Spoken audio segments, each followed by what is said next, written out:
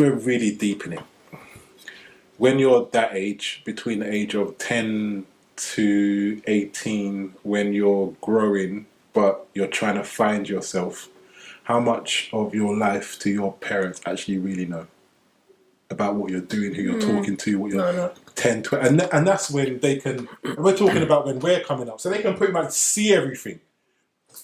God knows what, it's a whole next world. So on top of that whole thing that we can do a whole podcast on, it's the lack of human interaction and nourishment. And the deprivation that's going to cause. And it's all one huge giant clusterfuck. Yeah. But all the social medias that I think is going that direction and just killing off social skills 100%. completely. Like people's expectations, like I was listening to like a couple of girls talk and say how they need to vet someone on social media before they even go on a date with the person. And in my mind I was thinking, to be fair, I was thinking, to be fair, look, because they've got this thing. Let me tell you what they've got. They've got like this level 5 Inspector Cluedo, Inspector Morse ability to go in, and I've seen it happen. But it's not real life. 3 or 4 of them can be side by side. They will find out your national insurance number. They'll find out your first girl, where you went to school with. They can do this all in 5 minutes. They are gifted. Gifted in ways. Do you know what? I do have a friend that is literally, she's the best at it as well. We was in a restaurant once in Harvester, and she liked the person that was serving us, and she managed to find him like in 5 minutes while she was sitting there. And I was like, shut up that you have found him. She was like, yeah. So I'm saying it's mad. And that's just your brethren. But the thing is, let alone what you can do if you actually know a little bit about it. So my issue with it is that it's not like social media has become real in so many people's eyes, and it's not like what happened to just like talking to someone and getting to know them and like going that direction. Like it like, I don't know, just life feels so materialistic and so Can I tell you fake. Can I tell you why what you said is not true, but also why it's scary? Because you said social media isn't real life. It's not. So it's not real life for people who have a life outside of social media. Yeah. So we can say that because we've seen both sides. Yeah. We've been in that era where we've not had experienced. social media, we've had it. So my guy, you're talking about that 10-year-old who spends his life on playing Fortnite. Do you think Fortnite is not life for him? Yeah, okay. Because that's where his audience is. That's where he talks to his people. That's what he does. But is his future going to be in that domain? Probably not.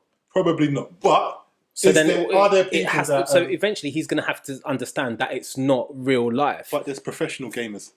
And he can look at gamers that make... And he's won on Fortnite. He won like... What did he win? Like so a mil? Imagine that's his projection now. And he was like 11. I'm sure he was like... I just think it's just a load of... But that's why it's scary. But it's scary because there is a part of social media that is... it's life. It is part of life now. Because what you have people are using it as a platform for their businesses. Influencers. Like look at these influencers. Shut up. They have loads of influencers that influence. Yeah, and their influence is that real? Is that not real? Okay, carry on with what you're saying. I want to see you afterwards. Like there's people are using it as platforms for their business to get information out there. But that's slightly different. But I hear what you're saying. But social media is. And I suppose it depends on you as a person, but you can show people what you want and what you don't want. Okay, so example, like I know people that are just heavily into Instagram and now they're on TikTok or whatever, right? And I see what they portray on their Instagram, and they are not living that life. That is. I understand that. I know a couple of people like that. That is not. Like they are posting stuff from. Like, I know a couple of people like that, but I just stay away from those people. Like they go on holiday. They went on holiday last summer, and they're still posting pics from that holiday last summer, like randomly, like as if to say that they're jet setting and stuff like But that. that's what they want you to think. Are they actually saying that, or is that what No, you that's think? what they want. That's what they want people to think. And then on top of that, you've got people that are like the serial vetters on social media. It's like, okay, so really and truly, I could pull a Kim Kardashian wannabe. I could go rent a Lamborghini.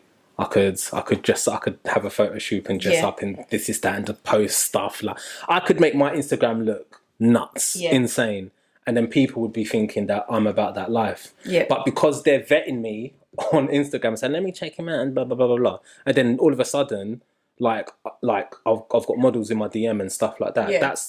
That's what I'm saying. But that sounds that's their problem. If that is their problem, if that's the life that they want to portray, and then people come to them and they actually realise, oh, they're not that person. That's their problem. But do we not? Does that not scare anyone? Is that not? I can kind of. I'm quite good at working like stuff like that. That really don't make me happy. Anyway, like if I see someone that's stunting on Instagram, if anything, it's a turn off. Yeah, 100%. It's a turn off. I don't want to know what you've got. I don't care about that. And I tell you why. For me personally, it's. You remember all the gold I used to have when I was. Have I told you why I got rid of everything? Don't remember.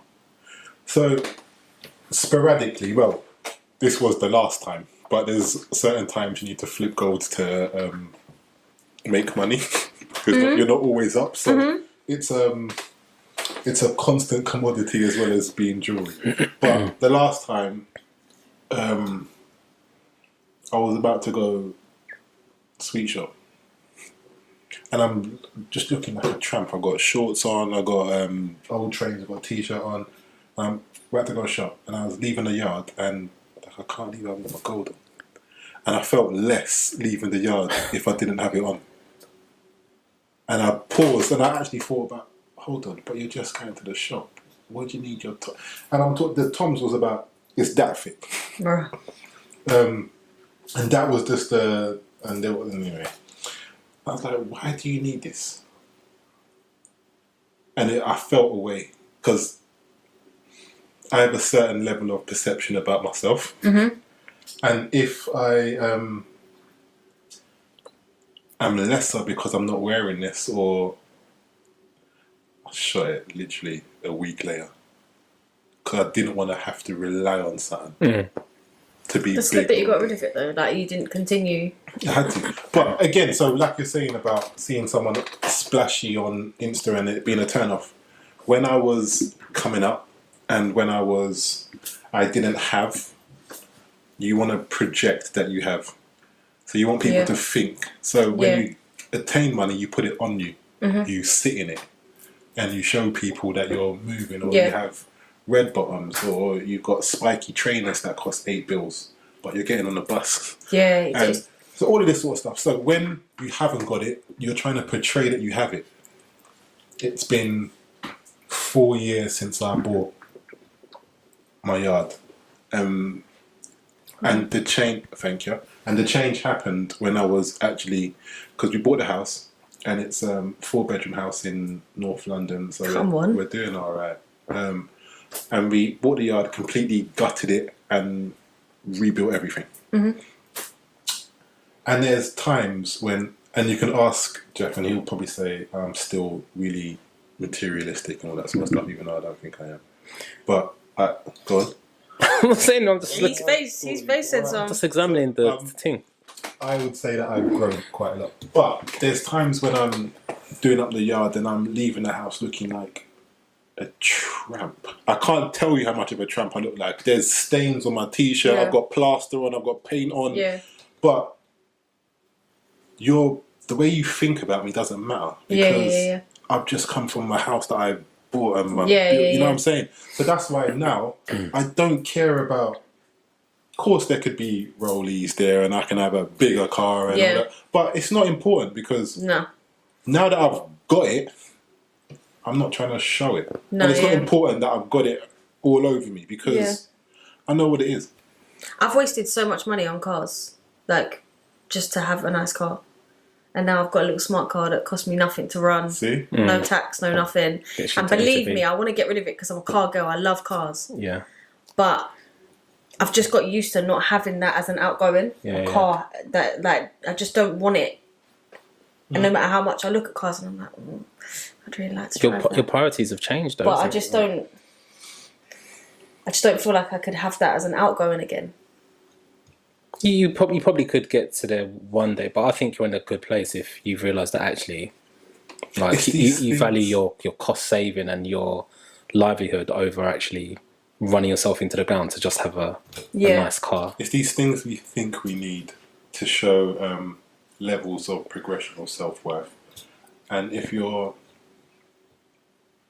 don't actually progress and achieve things that match your core beliefs or your, I don't say go too esoteric and turn this into a Paulo Coelho segment and we're talking about life journeys and all that sort of stuff, but if you don't actually feel like you're achieving, you will feel like you need to belong to something, or you need to give yourself self-worth from something, and it's one of the biggest tricks they use to keep us lost.